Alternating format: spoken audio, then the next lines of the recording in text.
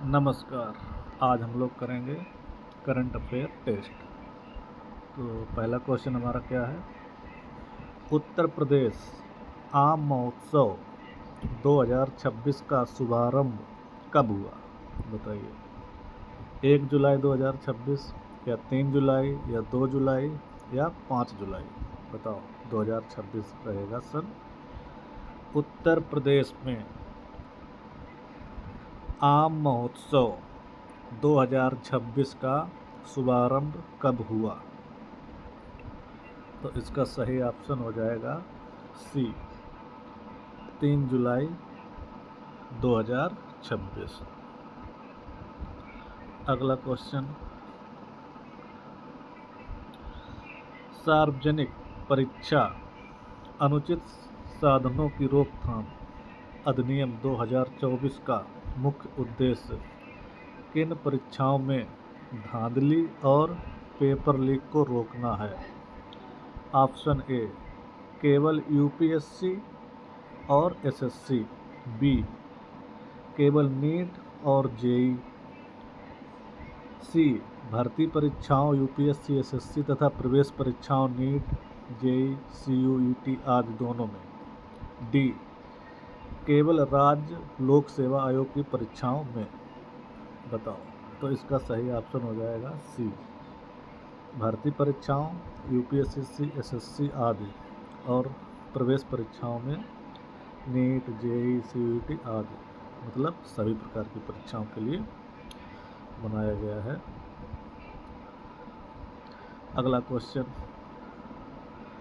दूरसंचार अधिनियम 2023 के तहत अधिसूचित नए प्राधिकरण ढांचे के संदर्भ में निम्नलिखित कथनों पर विचार कीजिए। फर्स्ट, इसने भारतीय टेलीग्राम अधिनियम 1885 के तहत प्रचलित लाइसेंसिंग व्यवस्था को प्रतिस्थापित किया। 2, यह नया प्राधिकरण धारक को स्वतः ही स्पेक्ट्रम अधिकार प्रदान कर देता है। ऑप्शन 3, दूरसंचार विभाग का टेलीकॉम ई सर्विसेज पोर्टल इसके लिए एकल खिड़की मंच के रूप में कार्य करता। 3 ऑप्शन दिए गए थे या कथन दिए गए थे, अब इनको पढ़ के अब हमको चुनना है कि कितने सही थे।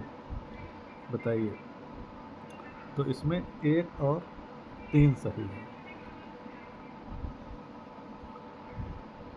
पहला क्या था, इसने भारतीय टेलीग्राफ अधिनियम 1885 के तहत प्रचलित लाइसेंसिंग व्यवस्था को प्रतिस्थापित किया। और दूरसंचार विभाग का टेलीकॉम ई सर्विसेज पोर्टल इसके लिए एकल खिड़की मंच के रूप में कार्य करेगा। तो ये है हमारे पास सी ऑप्शन इसका सही था। क्वेश्चन नंबर 4, सरदार सरोवर परियोजना एसएसपी से जुड़े दशकों पुराने वित्तीय विवादों के निपटारे हेतु हाल ही में एक मुश्त समझौते पर हस्ताक्षर किए गए। निम्नलिखित में से कौन सा राज्य इन लाभार्थी राज्यों में शामिल नहीं है? मध्य प्रदेश, बी गुजरात, सी हरियाणा, डी राजस्थान। बताओ। तो इसका ऑप्शन क्या है सही? इसका ऑप्शन है सी, हरियाणा। ठीक है। सरदार सरोवर परियोजना से जुड़े दशकों पुराने वित्तीय विवादों के निपटारे हेतु हाल ही में एक मुश्त समझौते पर हस्ताक्षर किए गए। तो इसमें लाभार्थी राज्यों में शामिल नहीं है। हरियाणा जो है वो लाभार्थी राज्यों में शामिल नहीं है। Question number 5, Uttar Pradesh data centre नीति 2026 का प्रमुख उद्देश्य क्या है? बताओ। उत्तर प्रदेश डाटा सेंटर नीति 2026 का प्रमुख उद्देश्य क्या है? ए, राज्य को सेमीकंडक्टर हब बनाना। बी, राज्य को एआई अनुकूल वैश्विक डेटा सेंटर हब बनाना। सी, केवल क्लाउड सेवाओं का विस्तार। डी, साइबर सुरक्षा प्रशिक्षण। तो इसका सही ऑप्शन हो जाएगा बी, राज्य को एआई अनुकूल वैश्विक डेटा सेंटर हब बनाना। नेक्स्ट क्वेश्चन, तुंगभद्रा नदी और उससे संबंधित विवाद के संबंध में निम्नलिखित कथनों पर विचार कीजिए। तुंगभद्रा नदी कृष्णा नदी की एक प्रमुख दाहिने तट की सहायक नदी है। यह तुंगा और भद्रा नदियों के संगम से बनती है, जो तमिलनाडु के पश्चिमी घाट से निकलती है। नंबर 3, राजौली बंदा विपथन योजना तुंगभद्रा नदी पर स्थित कर्नाटक और तेलंगाना की एक अंतर्राज्यीय सिंचाई परियोजना है। तो ये हो जाएगा ऑप्शन इसका, बताइए। बी राइट हो जाएगा। 1 और 3 सही है। 1 और 3 ये राजौली बंदा विपथन योजना RDS तुंगभद्रा नदी पर स्थित कर्नाटक और तेलंगाना की एक अंतर्राज्यीय सिंचाई परियोजना है। और नंबर 1, तुंगभद्रा नदी कृष्णा नदी की एक प्रमुख दाहिने तट की सहायक नदी है। नंबर 4, सरकारी प्रतिभूतियों G-SEC में विदेशी पोर्टफोलियो निवेशकों FPI की भागीदारी बढ़ाने हेतु किए गए सुधारों के संदर्भ में कौन सा कथन सत्य है? ए कथन क्या है? FPI को G-SEC की बिक्री व ब्याज आय पर लगने वाले कर को बढ़ाकर 20% कर दिया गया। बी, पूर्ण सुलभ मार्ग FAR के तहत 15 वर्षीय, 30 वर्षीय और 40 वर्षीय प्रतिभूतियों के साथ सोवरेन ग्रीन बॉन्ड को भी शामिल किया गया। सी, केंद्रीय सरकारी प्रतिभूतियों में FPI निवेश की कुल सीमा बढ़ाकर 15% कर दी गई। डी, FAR मार्ग के अंतर्गत केवल 5 वर्षीय प्रतिभूतियों में ही निवेश की अनुमति है। तो इसका सही ऑप्शन क्या हो जाएगा?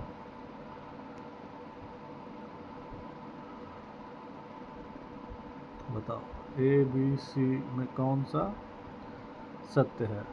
बोलो बोलो भाई बोलो। 7 का B जो है ना, ये राइट रहेगा। पूर्ण सुलभ मार्ग FAR के तहत 15 वर्षीय, 30 वर्षीय और 40 वर्षीय प्रतिभूतियों के सॉवरेन ग्रीन बॉन्ड को भी शामिल किया गया है। क्वेश्चन नंबर 8, दिवाला और शोधन अक्षमता संहिता IBC 2016 तथा धन शोधन निवारण अधिनियम PMLA 2002 के टकराव पर NC-लेट के हालिया फैसले के संबंध में कौन सा कथन सही है? बताओ। दिवाला और शोधन अक्षमता संहिता IBC 2016 तथा धन शोधन निवारण अधिनियम PMLA 2002 के टकराव पर NCLAT के हालिया फैसले के संबंध में कौन सा कथन सही है? ऑप्शन ए क्या है? IBC की धारा 14 के तहत अधिस्थगन लागू होने पर PMLA के तहत कोई संपत्ति कुर्क नहीं की जा सकती। बी, IBC के तहत अधिस्थगन का संरक्षण केवल वैध रूप से अर्जित संपत्तियों को प्राप्त है, न कि अपराध से अर्जित आय वाली संपत्तियों को। सी, NC-लेट ने NCLT को PMLA के निर्णयन प्राधिकरण से ऊपर का दर्जा प्रदान किया है। डी, PMLA के तहत की जानकारी वाली कार्यवाहियाँ IBC के तहत अधिस्थगन से पूरी तरह निरस्त हो जाती हैं। तो ये हमारे पास 4 ऑप्शन थे, इसमें हमें सही ऑप्शन ढूंढना था। तो इसका सही ऑप्शन हो जाएगा बी, IBC के तहत अधिस्थगन का संरक्षण केवल वैध रूप से अर्जित संपत्तियों को प्राप्त है, न कि अपराध से अर्जित आय वाले। तो ये हमारा सही ऑप्शन हो जाएगा। नेक्स्ट क्वेश्चन, राष्ट्रीय निवेश एवं अवसंरचना कोष NIIF के संदर्भ में निम्नलिखित कथनों पर विचार करिए। पहला कथन, NIIF में भारत सरकार की 49% हिस्सेदारी है तथा शेष 51% हिस्सेदारी विदेशी एवं घरेलू संस्थागत निवेशकों की है। बी कथन क्या है, हाल ही में केंद्रीय मंत्रिमंडल ने अपने भारत सरकार के अतिरिक्त 30,000 करोड़ की निवेश प्रतिबद्धता को मंजूरी दी है। उपयुक्त में से कौन सा से कथन सही है? फर्स्ट, सेकेंड, 1 और 2, ना तो 1 और ना ही 2 बताइए। तो इसका सही ऑप्शन हो जाएगा हमारे हिसाब से सी सही है। 1 और 2 दोनों सही है। ठीक। नेक्स्ट क्वेश्चन, उत्तर प्रदेश में स्कूल चलो अभियान 2026 का द्वितीय चरण शुभारंभ कहाँ से किया गया बताइए। कहाँ से शुरू हुआ था? तो ये हुआ था हमारा सहारनपुर से। ठीक है, याद रखना, उत्तर प्रदेश में स्कूल चलो अभियान 2026 द्वितीय चरण का शुभारंभ सहारनपुर से शुरू हुआ। हाल ही में केंद्रीय स्वास्थ्य और परिवार कल्याण मंत्रालय द्वारा औषधि एवं प्रसाधन सामग्री अधिनियम 1940 के तहत किस नए हवाई अड्डे को औषधियों के आयात हेतु अधिकृत प्रवेश बिंदु के रूप में नामित किया है? ए है Jewar international airport Noida, B Navi Mumbai international airport, C Mopa airport Goa, D Shivamogga airport Karnataka. बताओ। तो इसका हो जाएगा सही ऑप्शन बी, ये हुआ Navi Mumbai international airport. Question number 12, helium के संदर्भ में निम्नलिखित कथनों पर विचार कीजिए। चीन विश्व के कुल हीलियम का लगभग 80% उत्पादन करता है और इसका सबसे बड़ा निर्यातक है। 2, यह रंगहीन, गंधहीन, विष रहित और गैर ज्वलनशील नोबल गैस है जिसका क्वथनांक सभी तत्वों में सबसे कम है। सी, भारत अपनी हीलियम आवश्यकता के लिए 100% आयात निर्भर है। उपयुक्त में से कौन से कथन सही हैं? तो इसका ऑप्शन हो जाएगा 1 और 2, ये दोनों कथन सही हैं। पहला, 80% उत्पादन हीलियम का करता है कौन? चीन, और सबसे बड़ा निर्यातक भी है। और यह विष रहित, गंधहीन और ज्वलनशील नोबल गैस है जिसका क्वथनांक सभी तत्वों से कम होता है। ये 4 पॉइंट बढ़िया है, याद करने योग्य। Next question, codex alimentarius commission CAC के 49वें सत्र में हाल ही में निम्नलिखित में से किन 3 मसालों के लिए वैश्विक मानकों को अपनाया गया? कोडेक्स एलिमेंटेरियस कमीशन CAC के 49वें सत्र में हाल ही में निम्नलिखित में से किन 3 मसालों के लिए वैश्विक मानकों को अपनाया गया? काली मिर्च, हल्दी, जीरा, बी बड़ी इलायची, धनिया, वैनिला, सी दालचीनी, लौंग, छोटी इलायची, डी मेथी, सौंफ और बड़ी इलायची। बताइए। तो इसका सही ऑप्शन हो जाएगा बी, बड़ी इलायची, धनिया, वैनिला। क्वेश्चन नंबर 14, भारतीय नौसेना के लिए unicorn unified complex radio antenna mast के सह विकास प्रोजेक्ट के संबंध में निम्नलिखित कथनों पर विचार कीजिए। यह भारत और जापान के बीच पहला रक्षा सह विकास प्रोजेक्ट है। नंबर 2, फिलीपींस के बाद भारत जापानी रक्षा तकनीक प्राप्त करने वाला दूसरा एशियाई देश बना। 3, यूनिकॉर्न मोस्ट का निर्माण भारत में भारत इलेक्ट्रॉनिक्स लिमिटेड द्वारा जापानी सहयोग से किया जाएगा। उपयुक्त में से कौन से कथन सत्य हैं? तो ये हो जाएगा डी, 1 और 2 और 3 तीनों सही है। भारत जापान के बीच पहला रक्षा सह विकास प्रोजेक्ट है यूनिकॉर्न। फिलीपींस के बाद भारत जापानी रक्षा तकनीक प्राप्त करने वाला दूसरा एशियाई देश बन गया। यूनिकॉर्न मोस्ट का निर्माण भारत में भारत इलेक्ट्रॉनिक्स लिमिटेड द्वारा जापानी सहयोग से किया जाएगा। ठीक है। नेक्स्ट क्वेश्चन,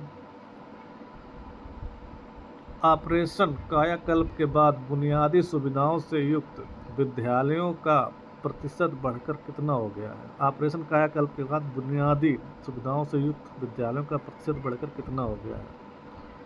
तो ये हो गया है 96%।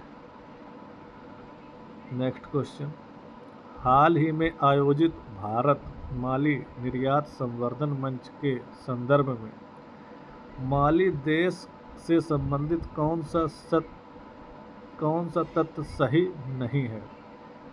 ए, माली पश्चिम अफ्रीका में स्थित एक स्थलरुद्ध देश है। बी, इसकी राजधानी बमाको है।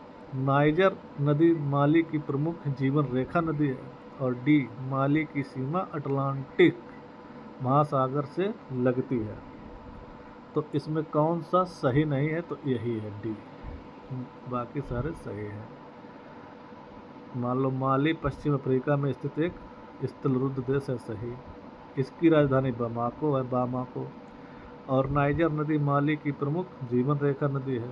माली की सीमा अटलांटिक महासागर से नहीं लगती है, ठीक।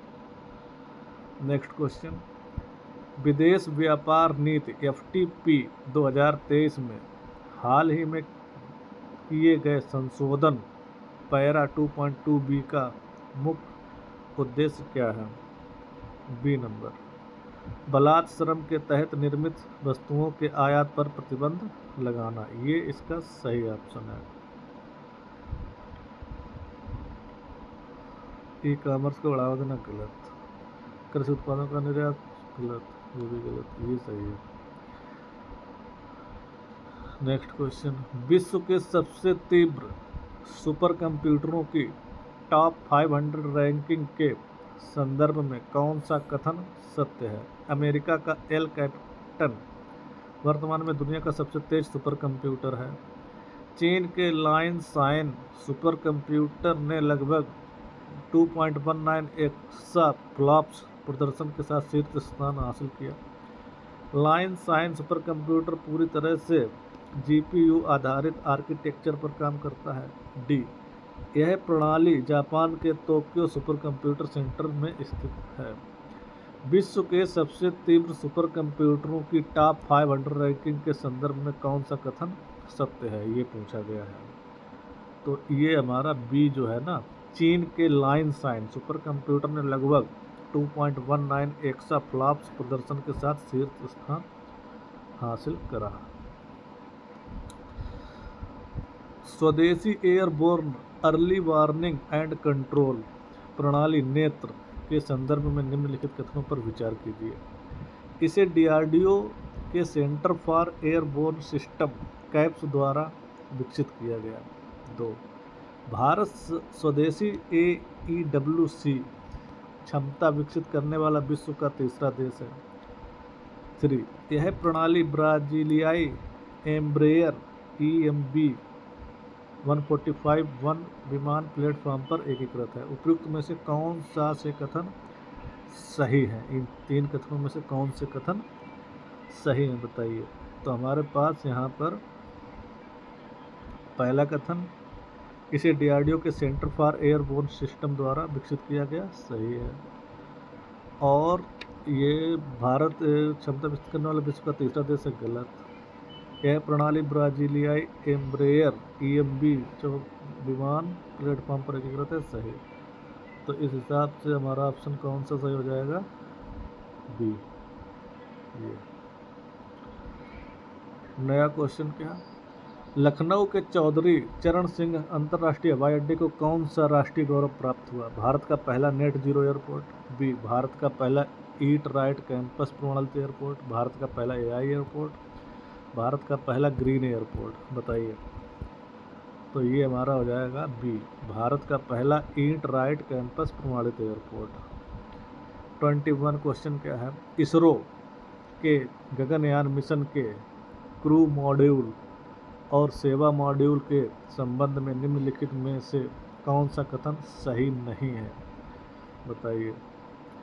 ऑप्शन ए है, गगन एक बाह्य मॉड्यूलर द्विमॉड्यूलर अंतरिक्षयान है, ये गलत हो गया। क्रू मॉड्यूल एक दाब युक्त मानव विकास योग कैप्सूल जिसमें जीवन समर्थन प्रणाली लगी है, ये भी गलत हो गया। सेवा मॉड्यूल पुनः प्रवेश के समय क्रू मॉड्यूल के साथ ही पृथ्वी पर सुरक्षित लैंड करता है, ये सही है। क्रू मॉड्यूल स्व उत्थापन प्रणाली समुद्री अवतरण के दौरान कैप्सूल को सीधा रखने में मदद करती है, गलत। तो इसका सही ऑप्शन हो जाएगा C, C is right. Next question, Bharat और दक्षिण पूर्व एशिया को जोड़ने के लिए हाल ही में घोषित I2SEA सबमरीन केबल सिस्टम के तहत भारत में 2 लैंडिंग स्टेशन कहाँ बनाए जाएंगे, बताओ। मुंबई और कोच्चि, मछलीपट्टनम और दक्षिण चेन्नई, विशाखापट्टनम और कोलकाता, और पुरी और चेन्नई। तो ये हो जाएगा मछलीपट्टनम और दक्षिण चेन्नई में भारत में 2 लैंडिंग स्टेशन बनाए जाएंगे। 23, हाल ही में सौर तूफान के कारण किस ऑप्टिकल सिंथेटिक अपर्चर रडार ऑप्टोसौर उपग्रह का भू नियंत्रण से संपर्क टूट गया? मिशन गगन, मिशन दृष्टि, मिशन सूर्य और मिशन ARK, बताओ किसके द्वारा। तो ये हो जाएगा हमारा बी, मिशन दृष्टि का जो वो था संपर्क टूट गया था। अगला क्वेश्चन, अमेरिकी शोधकर्ताओं द्वारा हाल ही में विकसित स्पड सेल क्या है? आलू से बिजली पैदा करने वाली एक बायो बैटरी, निर्जीव रासायनिक घटकों से प्रयोगशाला में निर्मित एक कृत्रिम सेल, कैंसर कोशिकाओं को नष्ट करने वाला एक नया नैनो रोबोट, अंतरिक्ष में पौधों को उगाने के लिए तैयार किया गया मॉड्यूल। नहीं, इसका ये सही है बी, ठीक है। ये एक कृत्रिम सेल होती है जो नॉर्मल सेल की तरह ही काम करती है, लेकिन ये स्वयं बढ़ती नहीं है, ठीक है। 25, डिजी रोवर अभियान का उद्देश्य क्या है? स्मार्ट सिटी विकास, भूमि मापन एवं सीमांकन का आधुनिकीकरण, सी ड्रोन निगरानी, डी फसल, बी भूमि मापन एवं सीमांकन का आधुनिकीकरण। TRE डेटा सेंटर के अध्ययन के अनुसार इंटरनेट ब्लैक आउट बड़े इंटरनेट दोनों का सामना करने की तैयारी के मामले में वैश्विक स्तर पर भारत का कौन सा स्थान है? ए पहला, बी 5वां, सी 9वां और डी 15वां, बताओ। TRE डेटा सेंटर के अध्ययन के अनुसार इंटरनेट ब्लैक आउट बड़े इंटरनेट व्यवधानों का सामना करने की तैयारी के मामले में वैश्विक स्तर पर भारत का कौन सा स्थान है? तो ये है हमारा सी 9वां। भारत की पहली हाइड्रोजन संचालित ट्रेन नमो ग्रीन रेल के संदर्भ में निम्नलिखित कथनों पर विचार कीजिए। नंबर 1, यह हरियाणा में उत्तर रेलवे के जींद सोनीपत रेल खंड पर संचालित होती है। 2, यह proton exchange membrane fuel cell तकनीक पर आधारित है। 3, इस ट्रेन का एकमात्र उप उत्पाद केवल जल वाष्प एवं ऊष्मा है, बताइए कौन सा इसका ऑप्शन सही हो जाएगा? हमारे हिसाब से ये नमो जो ग्रीन है हरियाणा उत्तर रेलवे के जींद सोनीपत रेलवे खंड में संचालित होती, सही है। Proton exchange membrane fuel cell तकनीक पर आधारित है, ठीक है। इस ट्रेन का एकमात्र उप उत्पाद केवल जलवाष्प और ऊष्मा, सही है। तो इसके अनुसार कौन सा सही है? 3 नंबर डी। 28, पूर्वोत्तर भारत और पूर्वी हिमालय क्षेत्र में खोजी गई पहली ब्लाइंड एवं एक्वीफर निवासी मछली गिचक नकाना किस राज्य के कुएं से खोजी गई है? तो ये खोजी गई थी असम के राज्य से, ठीक। क्वेश्चन नंबर 29, बान जलवायु परिवर्तन सम्मेलन 2026 में भारत द्वारा क्लाइमेट टिपिंग पॉइंट्स पर अपनाए गए रुख के संबंध में निम्नलिखित कथनों पर विचार कीजिए। भारत ने बिना स्पष्ट परिभाषा और वैज्ञानिक सर्वसम्मति के इस शब्द को अंतर्राष्ट्रीय वार्ताओं में शामिल करने का विरोध किया। 2. पेरिस समझौते को 1.5 डिग्री और 2 डिग्री की सीमाएं निश्चित वैज्ञानिक टिपिंग पॉइंट्स हैं। भारत के अनुसार अस्पष्ट टिपिंग पॉइंट्स का इस्तेमाल विकासशील देशों पर असमान समन बोझ डाल सकता है। उपयुक्त में से कौन से कथन सत्य हैं, बताइए। तो इसका सही कथन हो जाएगा पहला कथन सही है।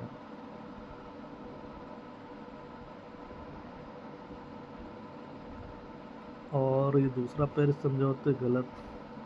भारत के अस्पष्ट टिपिंग पॉइंट का इस्तेमाल विकासशील देशों के असमान समन बोझ डाल सकता है, सही है ये। तो इसके अनुसार सही हो जाएगा ए ऑप्शन, 1 और 3। भारत ओमान सीपा CEPA के तहत उत्तर प्रदेश में पहली वाणिज्यिक खेप किस उत्पाद की निर्यात की गई। सीपा के तहत उत्तर प्रदेश में पहली वाणिज्यिक खेप किस उत्पाद की निर्यात की गई। आम, चावल, बिस्किट, शहद। तो ये हमारे पास हो जाएगा बिस्किट। 31 जैव विविधता अधिनियम 2022 के तहत पर्यावरण मंत्रालय द्वारा हाल ही में किस राज्य संघ राज्य क्षेत्र के प्राकृतिक इतिहास संग्रहालय को भारत का 21वां नामित अधिकृत संग्रह स्थल डेजिग्नेटेड रिपोजिटरी घोषित किया गया है। नंबर 1 असम, बी मिजोरम, सी नागालैंड और डी सिक्किम। बताओ। तो ये हमारा मिजोरम को घोषित किया गया। भारत की सबसे गहरी मीठे पानी की झील मानसबल झील, जिसको हम कहते हैं, जिसका हाल ही में पारिस्थितिक पुनरुद्धार किया गया, किस राज्य क्षेत्र में स्थित है। भारत की सबसे गहरी मीठे पानी की झील पूछी गई है, बताओ। तो ये हमारे जम्मू कश्मीर में स्थित है। इंडियन ग्रे हॉर्नबिल के संबंध में निम्नलिखित कथनों पर विचार करो। गुजरात के गिर वनों में 60 वर्षों बाद पुनः स्थापित किए जाने पर इसने लगातार चौथे वर्ष सफल प्रजनन दर्ज किया।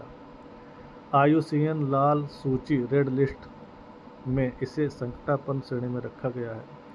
यह पक्षी वनों में एक प्रभावी पारिस्थितिकीय बीज प्रसारक के रूप में कार्य करता है। तो इसका सही ऑप्शन क्या होगा, बताइए। कौन से कथन सही है।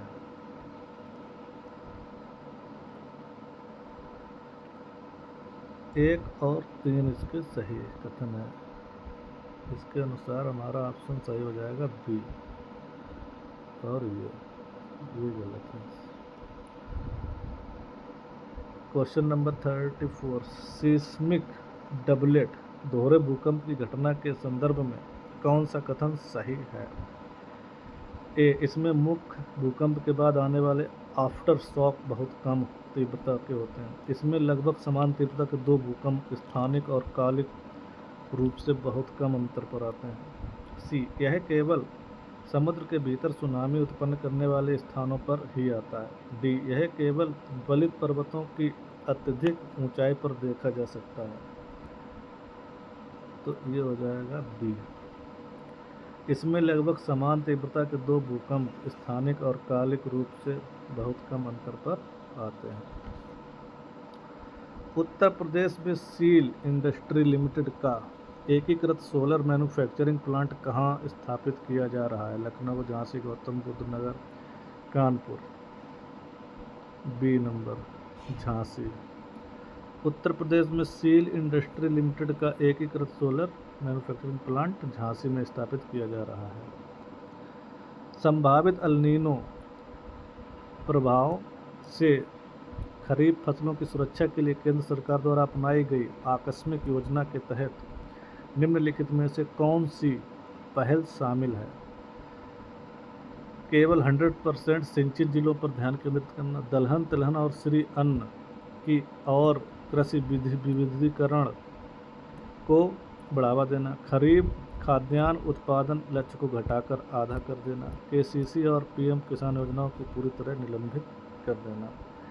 तो इसका सही ऑप्शन हो जाएगा बी। दलहन तिलहन और श्री अन्न मोटे अनाज और कदम्ब और कृषि विविधीकरण को बढ़ावा देना, ये सही है।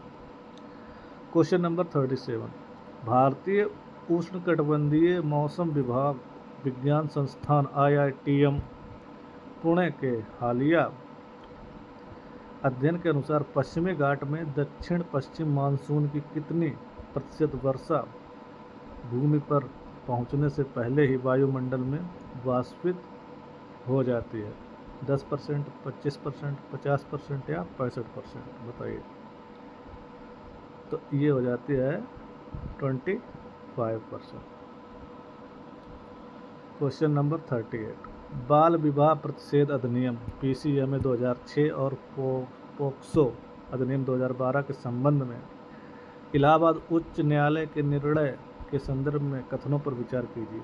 PCMA के तहत निर्धारित विवाह की न्यूनतम आयु 18, महिला और पुरुष 21 वर्ष व्यक्तिगत कानून से परे सभी नागरिकों पर समान रूप से लागू होती है। 2, शरिया या मुस्लिम पर्सनल लॉ के तहत यौवन प्राप्त करने के लिए बाद विवाह की अनुमति पोक्सो अधिनियम के प्रावधानों को निरस्त नहीं कर सकती। नंबर 3, पोक्सो अधिनियम के तहत 18 वर्ष से कम आयु के प्रत्येक व्यक्ति को बच्चा माना गया है। उपयुक्त में से कौन से कथन सही हैं? बताइए।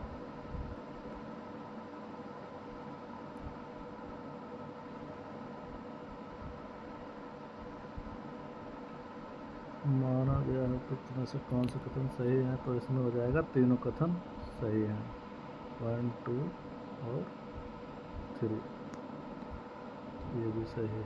तो इसका डी ऑप्शन सही था, 1, 2, 3। 39 क्वेश्चन, प्रतिवर्ष 11 जुलाई को मनाए जाने वाले विश्व जनसंख्या दिवस की वर्ष 2026 की विषय वस्तु क्या है? बताइए। प्रतिवर्ष 11 जुलाई को मनाए जाने वाले विश्व जनसंख्या दिवस की वर्ष 2026 की विषय वस्तु क्या है?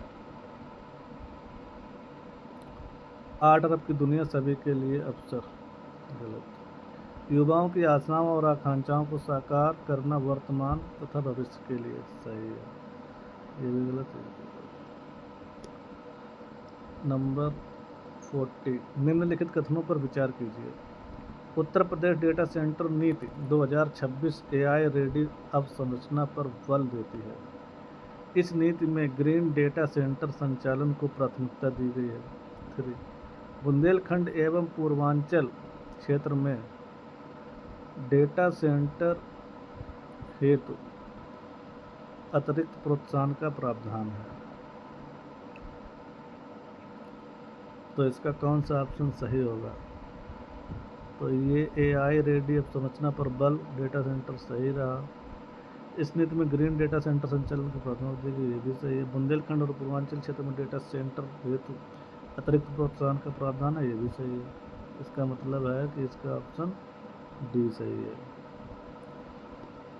क्वेश्चन नंबर 41, एंटीमाइक्रोबियल प्रतिरोध नवजात शिशुओं में सेप्सिस के प्रभावी इलाज के लिए अंतर्राष्ट्रीय क्लिनिकल ट्रायल में शामिल होने वाला भारत का पहला केंद्र कौन सा है? तो ये हो जाएगा B, JIPMER, Puducherry. Time out की वर्ष 2026 की आर्ट और कल्चर के लिए सबसे अच्छे शहरों की सूची में भारत का कौन सा शहर 18वें स्थान के साथ सर्वोच्च रैंकिंग वाला भारतीय शहर बना? वाराणसी, जयपुर, मुंबई, कोलकाता। 42 का हो जाएगा बी। नंबर 3, शेषाचलम के जंगलों में भारतीय पुरातत्व सर्वेक्षण ASI द्वारा खोजे गए 16वीं सदी के 3 शिलालेख किस विजयनगर शासक से संबंधित हैं? बताइए। तो ये हमारा है बी नंबर सही रहेगा, सदाशिव राय के जो है ना, 16वीं सदी के 3 शिलालेख जो मिले थे विजयनगर शासक से संबंधित, तो वो थे सदाशिव राय। विजयनगर साम्राज्य के संदर्भ में निम्नलिखित, ये यहाँ से शुरू हो जाएगा। विजयनगर साम्राज्य के संदर्भ में निम्नलिखित युग्मों विदेशी यात्री पर विचार कीजिए। Ibn Battuta Morocco, Niccolo de Conti Italy, Domingo Paes Portugal. उपयुक्त में से कौन सा सुमेलित है? बताओ भाई, कौन से सुमेलित हैं?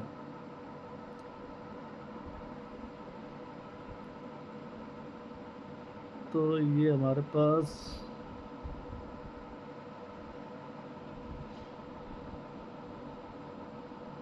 पहला, दूसरा, तीसरा, तो ये हमारे तीनों सही हैं। ठीक है, ये जो था इब्न बतूता मोरक्को का था, निकोलो डी कोंटी इटली और डोमिंगो पेस पुर्तगाल।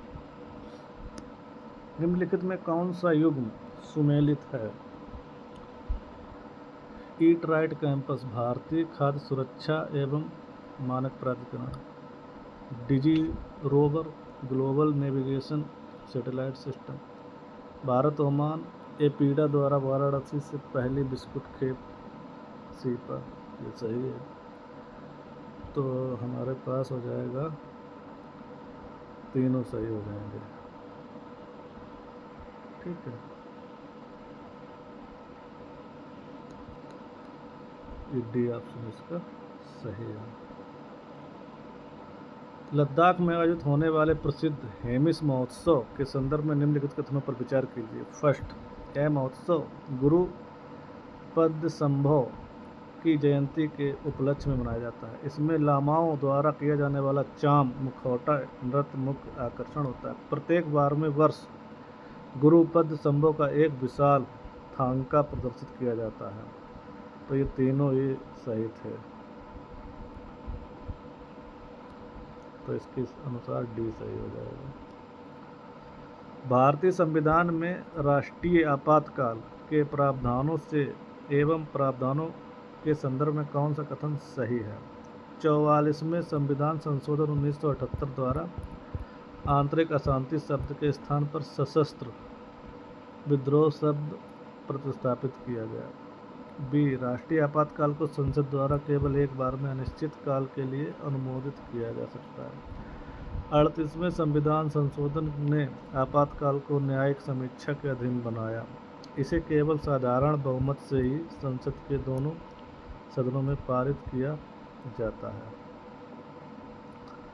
बताओ, तो इसका ऑप्शन सही हो जाएगा ए। 44वें संविधान संशोधन 1978 द्वारा आंतरिक अशांति शब्द के स्थान पर सशस्त्र विद्रोह शब्द प्रतिस्थापित किया गया था। क्वेश्चन नंबर 48, बंकिम चंद्र चट्टोपाध्याय के संदर्भ में निम्नलिखित कथनों पर विचार कीजिए। राजमोहन की पत्नी को पहली भारतीय अंग्रेजी उपन्यास माना जाता है। उनके प्रसिद्ध उपन्यास आनंद मठ की पृष्ठभूमि 18वीं सदी के सन्यासी विद्रोह पर आधारित है। वंदे मातरम गीत पहली बार बंगदर्शन पत्रिका में प्रकाशित हुआ था। उपयुक्त में से कौन से कथन सत्य हैं? तो ये जो है हमारे डी, तीनों कथन सत्य हैं। 49, हड़प्पा सभ्यता के प्रमुख स्थल राखीगढ़ी से मिले मानव कंकालों को विस्तृत वैज्ञानिक अध्ययन के लिए किस संस्थान को सौंपा गया? बताइए। तो बीरबल साहनी गलत, भारतीय मानव विज्ञान सर्वेक्षण सही, और ये भी गलत हो जाएगा, ये भी गलत हो जाएगा। भारतीय प्राचीन शल्य चिकित्सक महर्षि सुश्रुत की कांस्य प्रतिमा का अनावरण हाल ही में किस अंतर्राष्ट्रीय संस्थान में किया गया? Royal college of surgeon Edinburgh, विश्व स्वास्थ्य संगठन Geneva, Oxford university UK, Harvard medical school USA. बताओ, आपके पास हैं 5 सेकंड बताने के लिए कौन सा सही है। अपना अपना विचार बनाओ, फिर हम बताते हैं। 1 2 3 4 5 हो गए पूरे। अब हम बता देते हैं, पहला ही सही है, royal college of surgeons Edinburgh. और ये थे हमारे 50 क्वेश्चन और 50 क्वेश्चन हो गए पूरे। ठीक है, धन्यवाद। तुम लोग सब्सक्राइब तो करोगे नहीं।